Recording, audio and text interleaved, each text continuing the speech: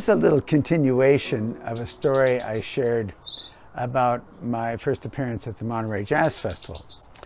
The second year, I was there with the guitarist John Stoll and musician, conductor Henry Wolking, who conducted the California All-Star Band, playing some of my tunes on the main stage.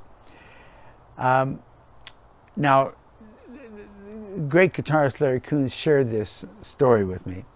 He says after we had finished playing, I don't know if it was the next day or the same day, but he said he was following me around.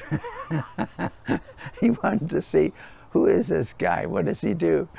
And I guess as the story goes, what he shared with me, I went up to get a orange juice drink. I was pretty much into health foods. I still am.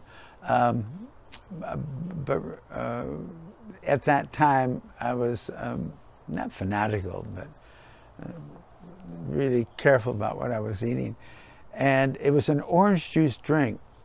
And I asked the owner there at the Monterey Jazz Festival, he had a place where he was selling this, what's in it? And he says, orange juice. I said, it can't be just orange juice because it's this special flavor, you say. It's a special kind of orange juice. I'd like to know what else is in there. What am I drinking? And I guess the guy came out with a box and started reading all these ingredients. I said, that's not orange juice. That's orange juice plus, you know. And so I left. I didn't buy it. But Larry says he had been following me and listening to this and taking notes, I guess. He wanted to know who this crazy bass player was. I laughed a lot when he shared this with me. I didn't know he was behind me, tailing me. You got to be careful all the time because you never know who's watching, right? I remember there was a jazz festival several years ago in Viersen, Germany. It was an outdoor amphitheater where I was asked to play a solo concert. And then at the last moment, the producers said, hey, listen, Toots Thielman's here. He's going to be performing. Why don't you play something with Toots after your solo bass performance? And so I thought that would be great. And I was up in the green room, and Toots walked in, and we were introduced to each other by the promoter. And we picked a couple of tunes that we thought might work. We had never played before together. But I performed my solo concert, and I think Toots really enjoyed that a lot. He hadn't heard this kind of music, my original music. He seemed very pleased and came on stage. I introduced him. He came on stage, and we started playing, and it was like hand in glove. It was just a perfect fit. You know, it just supported what I always say about taking our eyes off ourselves.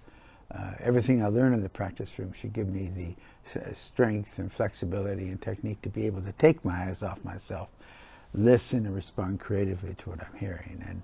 And he certainly employed this in his life because he was all ears and I was all ears. And there's a saying I have in a book that I wrote, listening is my life preserver in the ocean of sound. Without it, I drown.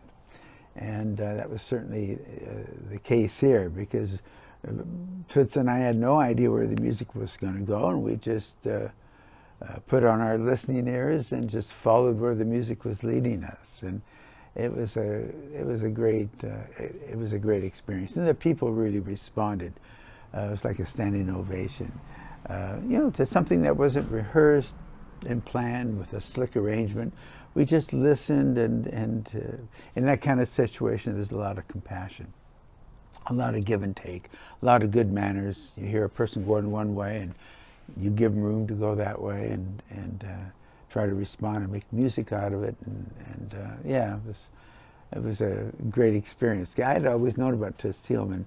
When I was in the Army, I used to go out in the fields in Grafenwehr in Germany, and it was a lonely time, and I would walk into the PX club, and there'd be a jukebox there, and I would play Lullaby Berland by George Shearing. At that time, Toots was playing guitar. When I performed with him, he was playing mouth harp. I mean, he's just an amazing musician. But it was a thrill for me because I had listened to him when I was in the Army in the 60s in Germany. I had great respect for him. It was a nice time we had together.